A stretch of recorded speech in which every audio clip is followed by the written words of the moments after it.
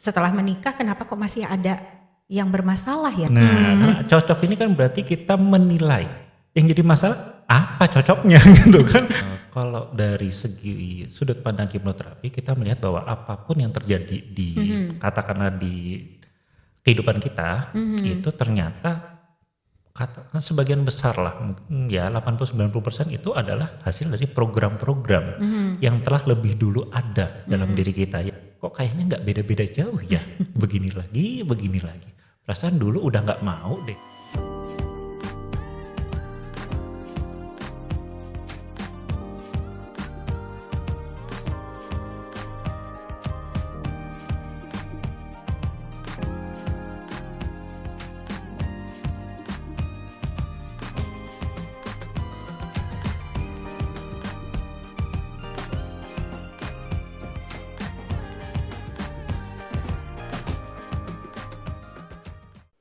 Jumpa lagi bersama saya Tuntun Widianti di video podcast Sayaga Hipnoterapi Bandung.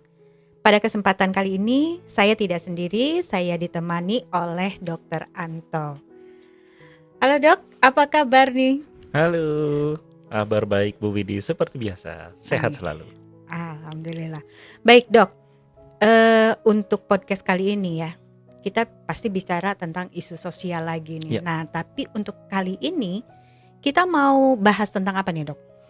Nah kalau saya tuh sekarang kok lagi entah kenapa ya lagi banyak ketemu tentang kasus-kasus tentang pernikahan ya. Wow. Dalam artian nih kenapa ya kok sekarang orang menikah itu gampang sekali, ada yang cerai, ada yang selingkuh, ada yang banyak bermasalah, bahkan sampai KDRT. Nah itu kok buat saya agak menarik gitu ya untuk saya telaah nih apa sih penyebabnya. Ya betul Dok.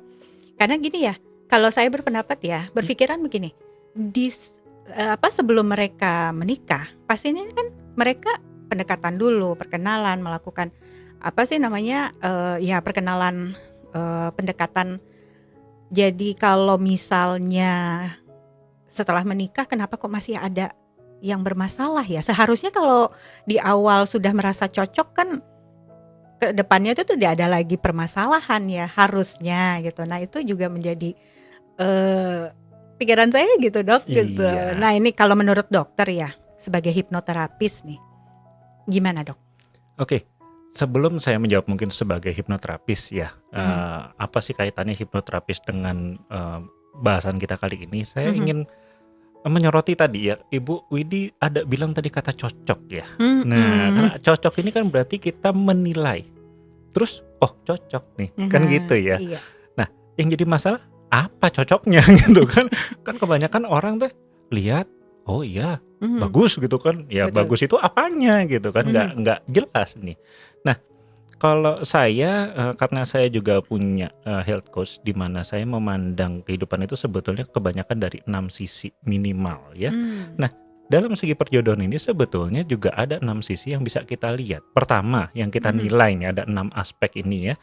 Satu fisik ya, tentu saja kan kita mau milih jodoh nih kan fisik dulu lah, Betul. cakep enggak, ganteng enggak. Ya terutama kalau dari saya sebagai seorang dokter kan saya juga harus tahu nih orang punya penyakit enggak gitu kan. Jangan-jangan saya nikahin besok jantungan meninggal.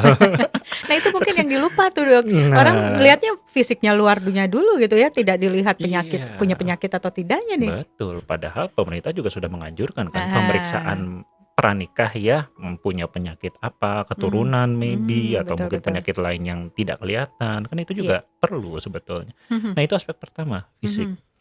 Kedua, kan ada pikiran. Nah kalau dari saya pikiran ini minimal adalah kita juga paham orang yang mau kita jadikan pasangan ini punya nggak ilmunya tentang nanti kalau nikah gimana, minimal nih ya. Ya. Ya katakan sebagai suami dia punya ilmu, oh hak saya apa, kewajiban saya apa. Sebagai seorang istri juga, oh hak saya apa, kewajiban saya apa. Kan itu minimal tuh harus tahu dulu. Jangan sampai nanti begitu ini, lah ini kan tugas kamu. Oh, bukan, ini tugas kamu. Lah terus serah-serahan akhirnya apa? Serahkan ke pembantu. Beres juga sih gitu. Cuman kan jadinya aneh gitu kan. Iya betul. Nah itu dari aspek pikiran. Nah ini juga yang penting. Yang aspek ketiga yaitu emosional. Nah emosional ini kan banyak akhirnya sampai KDRT ya kan. Jadi kita juga harus menilai seseorang ini ketika dia mendapatkan masalah atau tekanan, bagaimana secara emosional dia menghadapi. Apakah dia akan lepas kendali gitu kan, Mhm. atau justru malah katakanlah depresi gitu Mhm. kan. Ya kadang-kadang kan juga banyak ya, terutama ya kalau laki-laki lihat perempuan itu kadang-kadang, wah lucu nih, karena kayaknya dia mellow banget gitu kan. Tapi begitu nikah nggak lucu. Ya itu susahnya Iya, gitu iya. kan, kadang-kadang nggak sesuai jadinya. Nah Mhm. itu dari segi emosi. Kemudian selanjutnya sosial. Nah sosial ini dalam artian di sini adalah hubungan dia dengan keluarganya, hubungan dia dengan katakanlah teman kerjanya dan lain-lain, ya hubungan dia dengan sesama manusia lainnya lah. Mhm. Kan ada pepatah juga yang bilang kalau kita sebagai seorang wanita pengen tahu gimana sih laki-laki ini memperlakukan wanita, lihat Mhm. cara dia memperlakukan ibunya. Atau sebaliknya kan, Iya. perempuan ke suami gimana, ya lihat cara dia berhubungan dengan bapaknya, kan ini juga penting. Terus Mhm. lingkungan sosial lainnya misalnya teman kerja, oh ternyata, pasangan saya laki-laki punya banyak teman perempuan di tempat kerja, ini masalah takutnya Iya, nanti. betul. Nah itu kan hal-hal yang harus diomongin gitu Mhm. kan. Selanjutnya lagi ada, finansial. Nah Mhm. finansial ini kan udah jelas gitu kan, bahwa segala sesuatu yang berkaitan dengan keuangan, misalnya ini nanti kalau sudah menikah boleh nggak kerja, kalau misalnya duitnya kurang gimana, apa Mhm. ngerampok bank atau gimana, atau minjem, boleh nggak pakai kartu kredit dan lain-lain, ya kan ini kan juga harus dibicarakan. Iya. Apalagi sudah mulai kita bicara program, misalnya oh untuk nanti misalnya anak sekolah, Mhm. punya nggak planning-planningnya gitu kan, jangan Iya. sampai kita juga nikah dengan orang yang tidak bertanggung jawab tentang keuangan kan. Mhm. Banyak Mhm. kan, ya udah pokoknya nikah mah yang penting cinta. Iya, alhamdulillah tadi pagi sarapan apa? Bubur cinta. Aduh. Iya kan, gorengan kasih sayang. Susah jadinya ya. Iya, iya, Kan betul. gitu. Nah, Mhm. yang terakhir tadi kita bicara ada aspek fisik, pikiran, emosional, sosial, finansial. Nah, yang terakhir ini juga penting kalau untuk saya ada spiritual. Nah, Mhm. spiritual di sini bukan berarti di sini saya membicarakan hubungan dengan Tuhannya ya, walaupun Mhm. mungkin ada yang mau mengartikan ke sana, boleh saja. Mhm. Tapi di sini saya lebih mengartikan bahwa semua orang harus punya tujuan. Nah, Mmm. tujuan inilah nilai spiritual atau kejiwaan kita dalam menikah ini punya tujuan apa Mhm. untuk Mhm. jangka panjangnya. Karena kan pada akhirnya itu yang akan menentukan sebuah pernikahan katakan nanti atau sebuah hubungan ini akan jangka panjang atau ya nggak ada arahnya. Kalau nggak ada arahnya ya besok selesai juga bisa gitu aja. Mmm. Betul, betul. Nah, itu mungkin kalau dari pandangan saya ya gitu. Mhm. Mhm. Jadi artinya memang dari awal ketika pacaran ya atau misalnya, membuat suatu hubungan sebelum menikah. Nah, yang tadi ya, jadi fisik juga tidak hanya bagian luarnya aja, wah dia ganteng, dia cantik, ya tidak hanya itu ternyata ya. Ada hal lain yang memang lebih penting lagi, tadi kesehatan.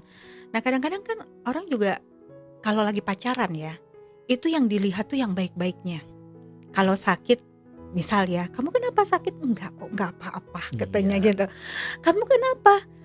Kok ke dokter?" "Enggak kok, nganter mama." Padahal dia gitu ya, misalnya seperti itu. Atau tadi yang, yang lainnya seperti emosional juga gitu ya, emosi juga ditahan, mau marah ditahan gitu kan. Terus sosial juga, lingkungan kalau misalnya datang, si pacarnya gitu ke rumah, dia seperti baik-baik gitu. Dan yang lain-lainnya, pokoknya yang ditampilkan adalah sesuatu yang indah-indahnya, yang baik-baiknya. Tapi ternyata ketika sudah menikah, baru kelihatan, baru ketahuan. Nah ini seringkali kan banyak terjadi ya Dok ya. Nah antisipasinya gimana nih Dok? Biar biar maksudnya gini, agar pernikahan ini atau misalnya ya di awal sudah diketahui lah gitu kan, walaupun misalnya dia menampilkan yang di awal tuh baik-baik saja, tapi setidaknya si pasangannya ini itu bisa tahu gitu. Nah itu gimana ya Dok ya? nah itu memang yang menarik tadi ya, karena kita bicara ini kan sebuah penilaian. Ya Mhm. penilaian kita memang banyak dikaburkan oleh satu, ya itu tadi. Mhm. Ya kalau dia memang niatnya itu istilahnya mah Mhm. ya udahlah bungkus dulu, yang bagus-bagus dulu lah, yang jelek-jelek nanti. Padahal kan Heeh, kalau kita sadari, terima yang jelek aja bisa, apalagi yang betul. bagus. Harusnya kan begitu ya. Nah, iya betul, betul, Tapi ini betul. kan terima yang baik, nah ya tentu saja yang jelek belum tentu bisa kita Ah terima. Nah hah, harusnya kan mhm, kebalik. betul. Nah Jadi pertama ya memang itu tadi bisa dipengaruhi oleh tadi memang orangnya ya sekedar ingin menampilkan yang bagus-bagus dulu lah gitu kan. Istilahnya mas selling. Kalau jualan kan yang bagus-bagus Iya, dulu. betul. Nah, tapi ini bisa juga ini sangat dipengaruhi oleh dari diri kita sendiri, yaitu Mhm. persepsi kita. Makanya tadi Bu Widi bilang kita sebagai hipnoterapi juga melihat bahwa banyak juga pengaruh-pengaruh dari alam bawah sadar kita yang Mmm. mempengaruhi cara-cara kita dalam memilih atau bahkan bertemu dengan jodoh. Jadi Mhm. jangan salah bahwa orang-orang yang kita temui ini belum tentu bahwa itu sebuah kebetulan, Mhm mhm. tapi itu adalah memang sebuah program Mmm. yang ada dalam diri kita yang membuat kita bertemu dengan orang-orang seperti ini. Mhm. Tapi yang menjawab pertanyaan Bu Widi tadi, ya memang itulah sebabnya mengapa tadi saya sampaikan bahwa kita wajib untuk menilai orang tersebut Mhm. minimal sekarang para kawargian Sayaga semua tahu bahwa minimal ada 6 aspek ini nih Mhm mhm. yang tadi harus dinilai. Nah, nilainya bagaimana ya? Tentu saja ya kalau sekarang kan berbeda dengan zaman dulu ya. Misalnya zaman dulu mah kita ketemu cuman seminggu sekali juga. Wah, itu dengan pengawasan super ketat gitu kan. Iya, betul.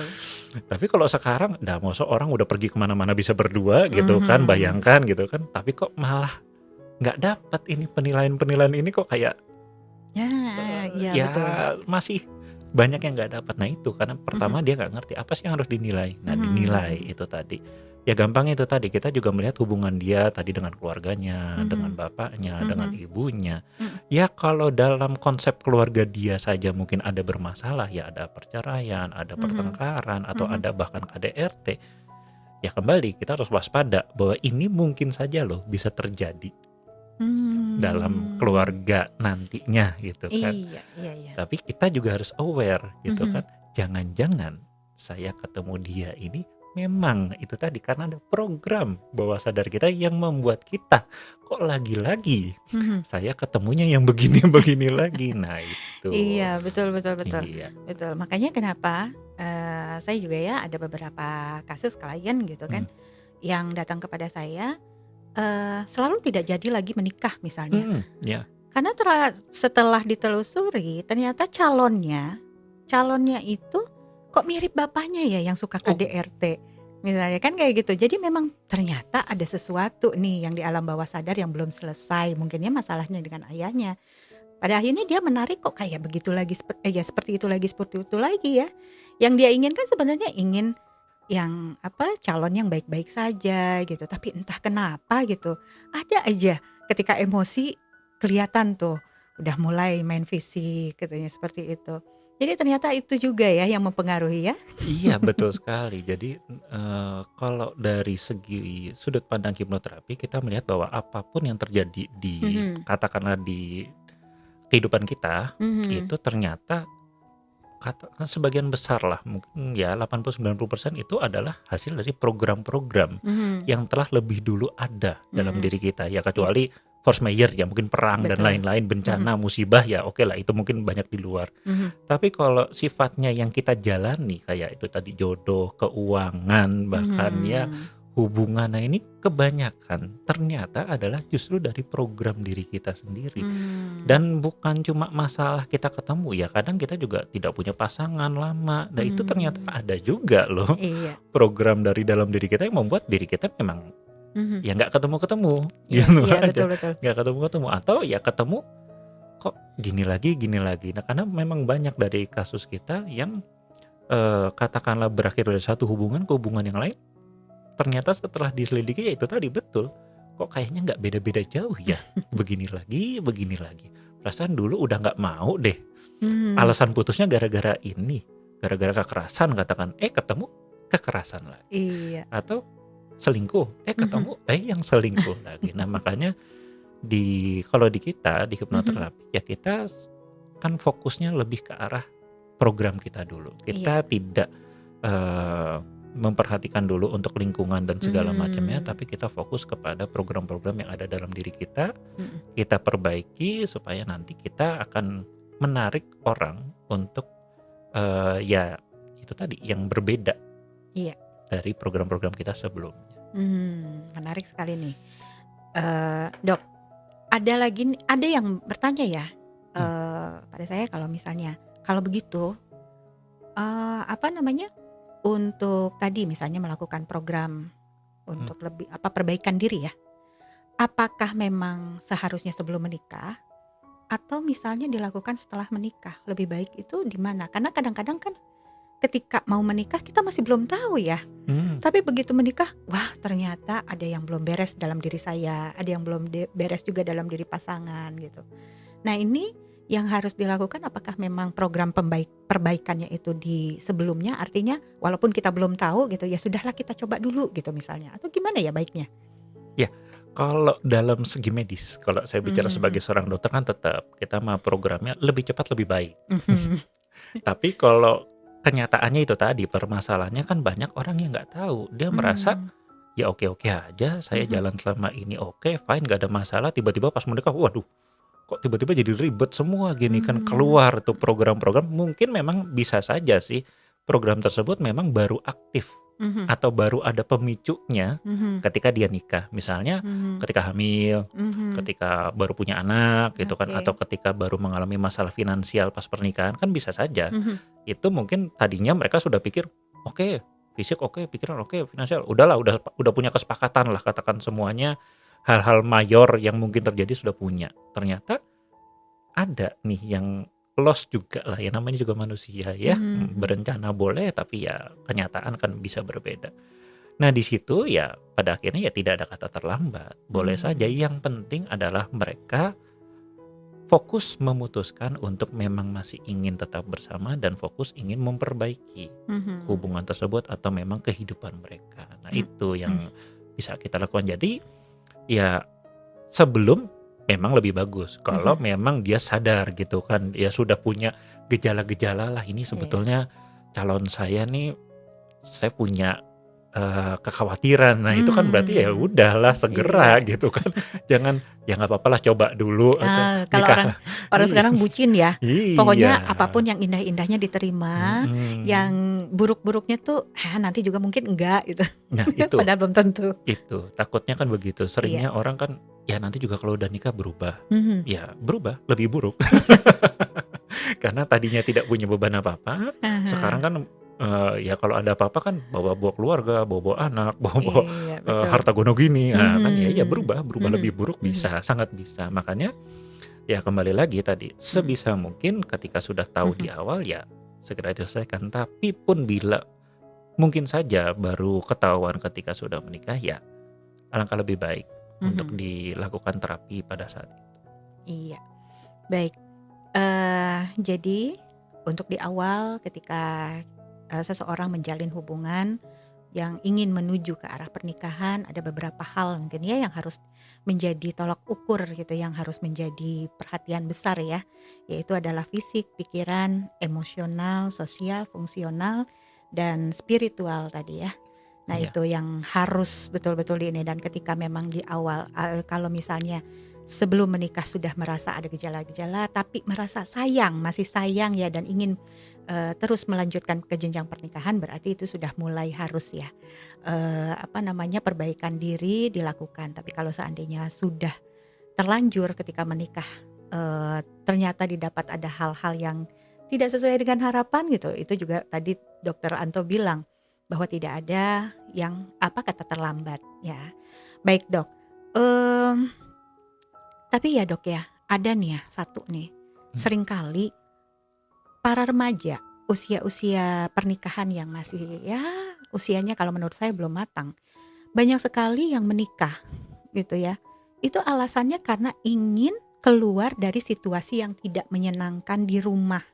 Jadi seolah-olah pernikahan itu menjadi pelarian.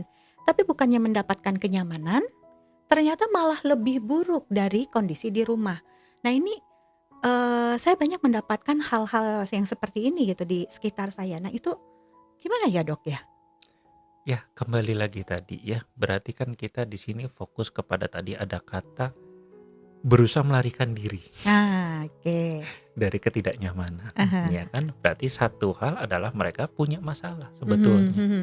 tapi alih-alih atau daripada menyelesaikan masalah, mereka memilih untuk melarikan diri. Ya Ah, otomatis ketika melarikan diri ya kemungkinannya ya pasti ketemu masalah lagi. Kenapa? mhm, Karena itu tadi, mmm, masalah itu tercipta yang tadi kita bahas ya sebagian besar sebetulnya adalah dari program diri kita dulu. Ketika mereka bermasalah karena program dalam dirinya, lari ya ketemu masalah lagi, pasti mau lari lagi ketemu masalah lagi, pasti seperti itu terus.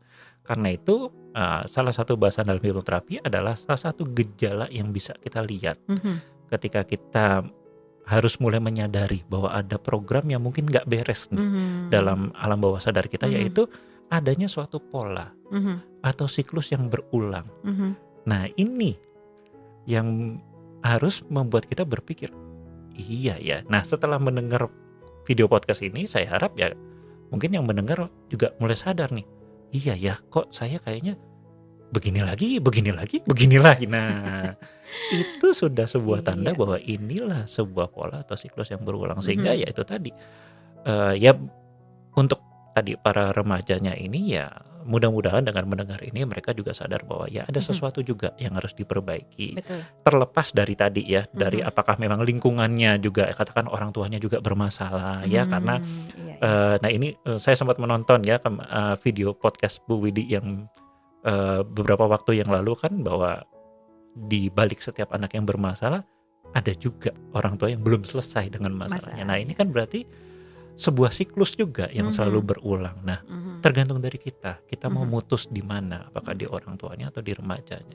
Kalau tadi kita bicara di remajanya, ya harus kita edukasi tadi. Yang mudah-mudahan dengan menonton video podcast ini tadi mendapat suatu pilihan. Oke, ternyata saya tidak harus kok mengalami siklus ini terus-menerus. Iya. Oke, baik. Intinya adalah ketika merasa ada masalah dan tidak bisa menyelesaikan masalahnya sendiri, berarti harus datang ke tenaga profesional untuk minta bantuan. Ya dok, jangan sampai masalah ini jadi berulang lagi.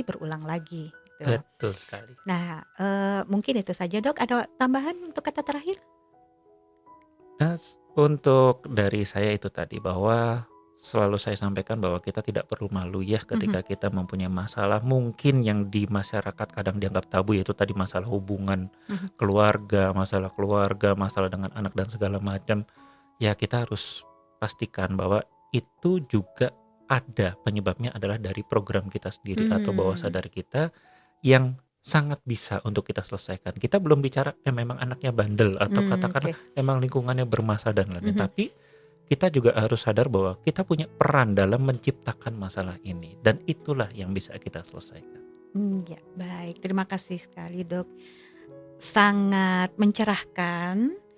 Semoga ini bisa jadi manfaat untuk para kawargian Sayaga semuanya. Terima kasih banyak dok. Sama-sama. Ya, demikian kawargian Sayaga. Apabila para kawargian Sayaga ada yang ingin memberikan komentar, kritik atau saran, silahkan tuliskan di kolom komentar. Dan jangan lupa memberikan like serta subscribe di channel ini. Dan jika para kawargian ingin mendapatkan informasi lebih banyak tentang hipnoterapi, silahkan kunjungi website www.hipnoterapibandung.com serta IG @Sayaga Hipnoterapi Bandung. Salam.